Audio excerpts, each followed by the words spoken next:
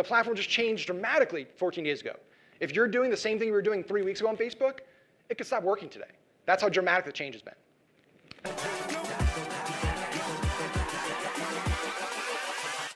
Hold up. You guys, I see everyone on their computer like, we're gonna have fun today, right? And I didn't plan that. That was cool though. So yeah, can we like, I feel like we should have you guys sitting over here. It's like a little huddle over here of just a bunch of dudes in the corner. So I feel like we should probably. Like prom? Yeah, it's like everybody here is looking for a date of somebody to dance with them. Just awkwardly standing in the corner, huddling and whispering. So at least let's get everyone over here, and you guys can just grill me with questions. Before I get started, let me say, I don't like the stage talk, speaking to people, because I feel like you're speaking at people. Like I'm looking around and I see, laptops and computers and stuff, and you can see people like, you're losing them. And you talk about post-purchase retargeting and manual bidding and all this shit, and it's over my head, right? So I want to encourage all of you, while I'm talking today, to interrupt me. Like, don't feel weird about having a question, right? I'd rather ask the question now instead of waiting 60 minutes, and you lost the entire 60 minutes because you didn't understand the first thing I spoke about. So as I'm talking, feel free to stop me. Feel free to ask me questions, and we're gonna have a fun time today. We're gonna talk about a lot of cool stuff. It's gonna be really exciting. I'm super jealous. All these donuts. I can't eat gluten or dairy, so I ate an apple, and these donuts look awesome. So that's thanks for that, Casey. Knew I couldn't eat gluten, just put a giant donut bar out there, which is awesome. So one thing while we get warmed up, I don't know if you guys saw this. You guys saw this yesterday, this video.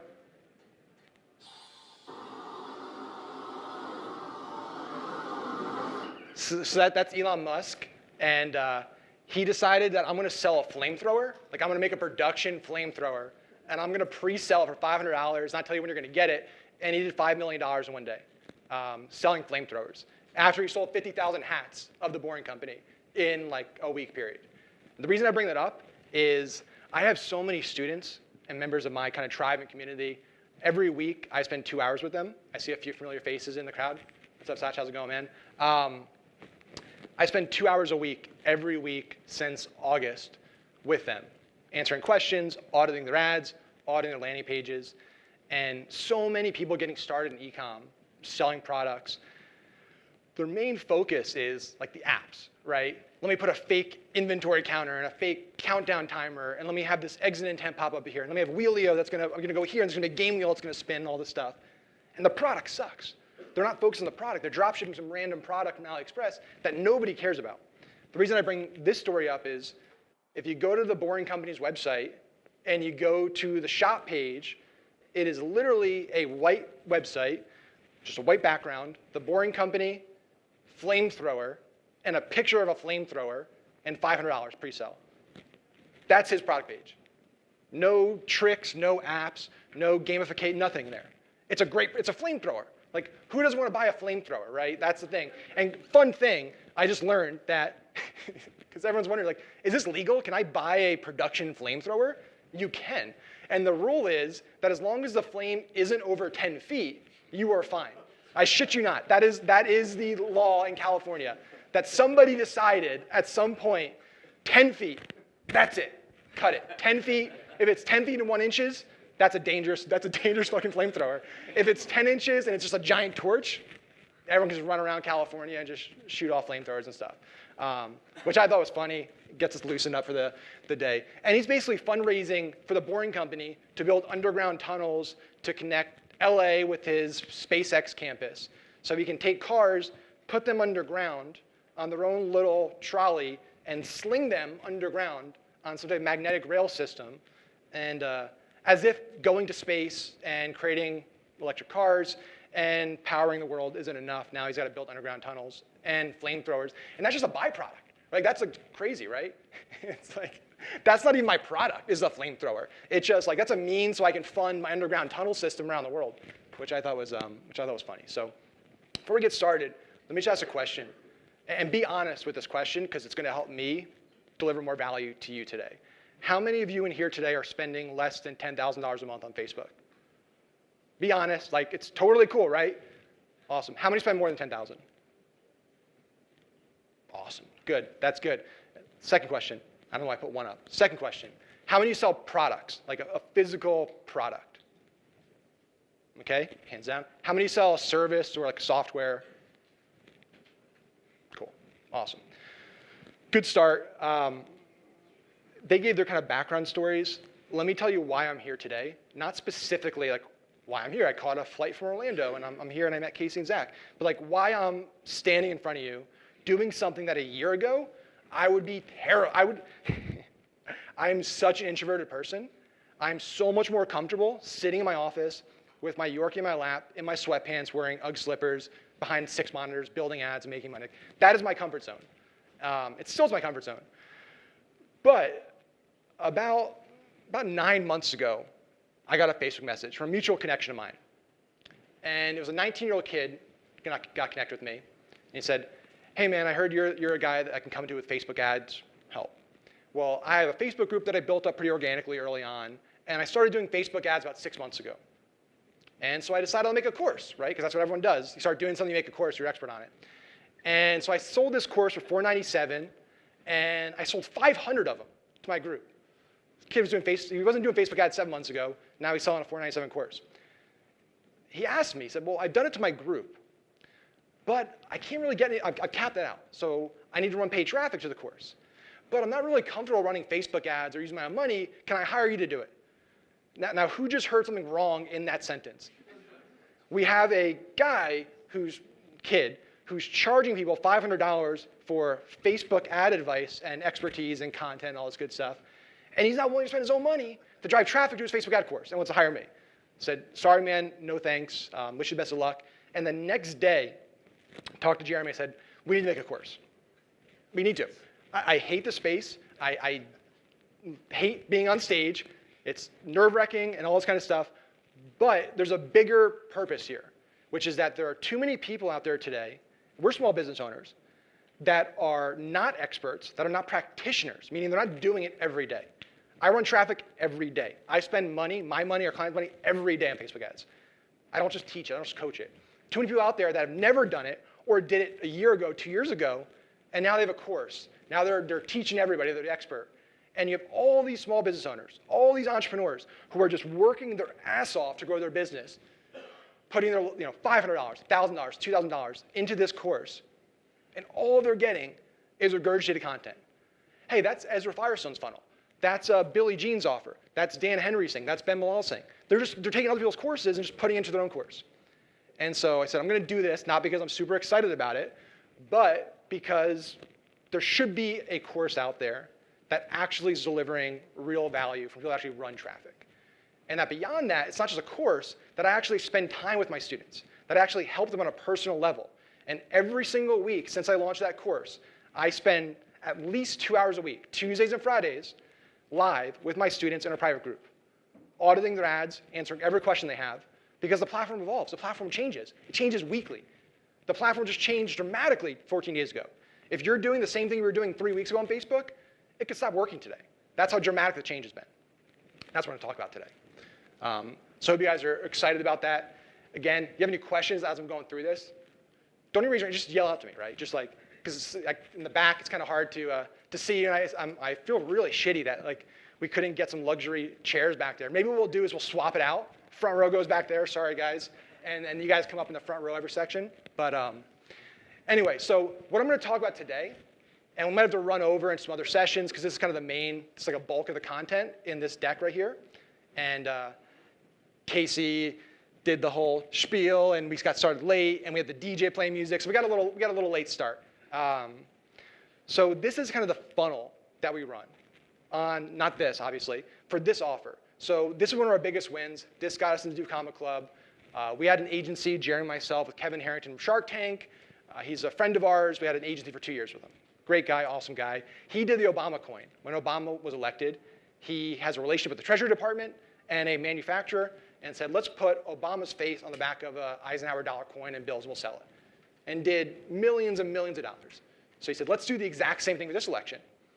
So I get in there, build up the funnel, all the ads, everything, going up to the election. And who'd I do it for? Well, I built it all for Hillary Clinton because nobody saw Trump winning. And this is not going to be political, right? This is totally apolitical. This is just facts. We're at Ruth's Chris for dinner, Partner dinner, right? The worst dinner ever. Everything was bad. Everything was wrong. I've never been to Ruth's Chris where it's that bad. And then we saw the election results. And all in the back of my mind was like, fuck, I'm going to be up all night redoing everything. The landing pages, the screenshots, the ads. I just did that for nothing. It turned out to be a blessing in disguise. Trump's fan base, way more energized, loves this type of collectible stuff. And we sold about $4.5 million of coins. We took dollar coins, sold them for $20. We did about $4.5 million of that in about a 3.5, 4-month window. These are just our Stripe sales. We also had PayPal, and we had people actually mail in checks and stuff. It was crazy. We had some lady mail in it was still on the office wall. She mailed in a check for like $19 and then taped like 3 quarters and a nickel and a penny to it. A little handwritten note in it to send it. And we sent her a bunch of free stuff. We sent her like $150 worth of stuff. But that was the type of fans he had. Like they wanted anything. We had people sending us videos, user-generated content, and they weren't even wearing, like they were wearing Trump hats and shirts as if we sell all Trump stuff. Like, hey, we're rocking your stuff. It's like, we just sell the coins and the bills. Like, that's not even our coin you're sending. We had people returning like hats to us. It was an adventure. It was a lot of fun. We did the coolest thing ever. I got to the office at 9 a.m. on Inauguration Day. And that's early for me. I hate mornings. I hate mornings so much. I'm an insomniac. I don't sleep. That's why Jeremy moved our partner's call to 11 a.m. every day, because that's when I get up. So I got about 2 hours to take a nap and get back up and ready to go. We had already done $150,000 by the time I got to the office that day, on Inauguration Day. We ended up, I think, around $650,000 we did in a single day on Inauguration Day. Craziest thing ever. And then we had a lot of issues. There's a whole host of things I'm sure some people in this room can relate to in regards to merchant processing, higher risk payments, chargebacks, and we got hammered pretty hard at some points. I think Stripe yanked $65,000 from our bank account one morning. Went to the office and Brian, Kevin's son, called and said, "Hey, do you know why we don't have $65,000 in our bank account?" No, I have no idea. We go into Stripe. Well, their chargebacks were 3.5%, 4%, so we had to hold the reserve just in case the banks penalized us. So fun story. It was a learning experience. It obviously put us on the map. We got to get a 2 Combo Club award. We're about to get our second one from Russell. We built a really good relationship with ClickFunnels. They're awesome. If you're not using ClickFunnels, it's something to check out. It's it's not for everybody. It's obviously not, I don't think there's a lot of flaws to it. There's a lot of parts of it that they need to work on, and there's a lot of great CRMs out there and a lot of great apps out there. But we just built a really good relationship with ClickFunnels over the years. So don't get too intimidated. I know this is a lot of stuff, and this is like the weakest. I knew I should have bought the nicer. I bought like the $20 laser pointer because it's all they had at the new Walmart down the street, and there's no Target or Best Buy by me, so it's like the weakest laser pointer, so you gotta bear with me. We're gonna break up all these like into individual slides, so we're gonna dive in. So don't get overwhelmed. Don't be like writing down, oh my God, I missed this part, right? But this is kind of an overall blueprint that we use before we run any Facebook campaign. Any traffic that we run on the paid side, we kind of look at this as a guiding principle, as a guiding foundation. Now keep in mind that there is no such thing as one size fits all when it comes to running paid traffic, right? This is not something that every single person in this room can take this and just, hey, I'm gonna run the exact same thing Max ran for my fidget spinner or for my $30,000 mastermind, and it's just gonna work like that, right? It takes personalization. You need to tweak things. Some of these sequences might be longer, depending on your price point, depending on the education gap. Some might be shorter, depending on your margins, right? So just keep that in mind as we're going through this.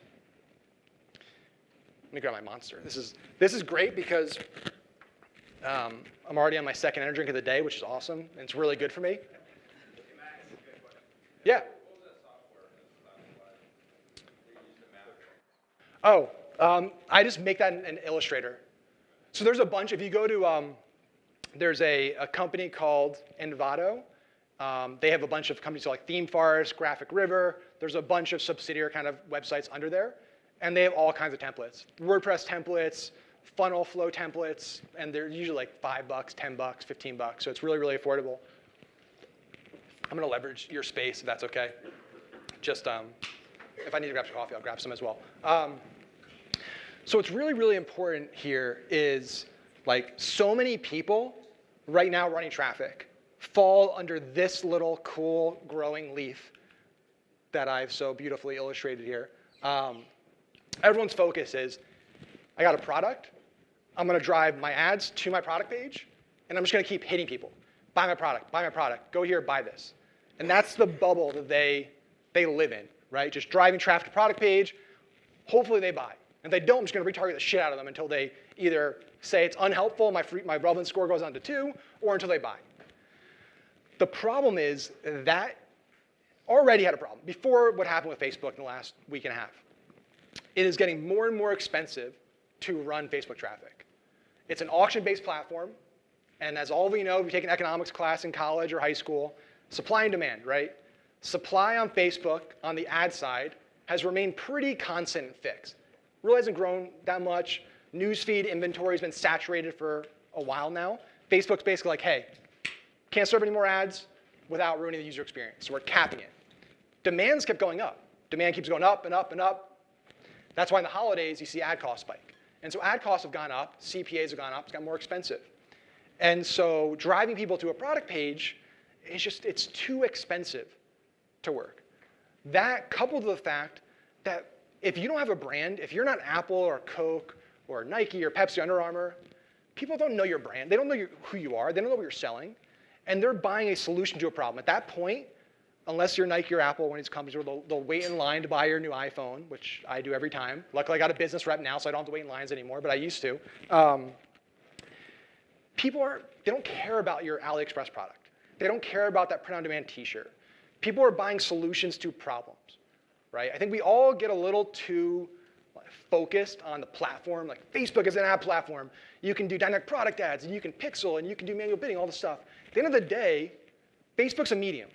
It's a way for brands and businesses to get a message to people and to nurture and sell those people, right? So whether it's direct mail, TV, billboards, which Billie Jean still runs billboard, he uses billboards, works for him, right? Facebook's just a way to do that. So you need to be able to actually agitate problems. You need to actually educate consumers. They need to know that they're looking for your solution.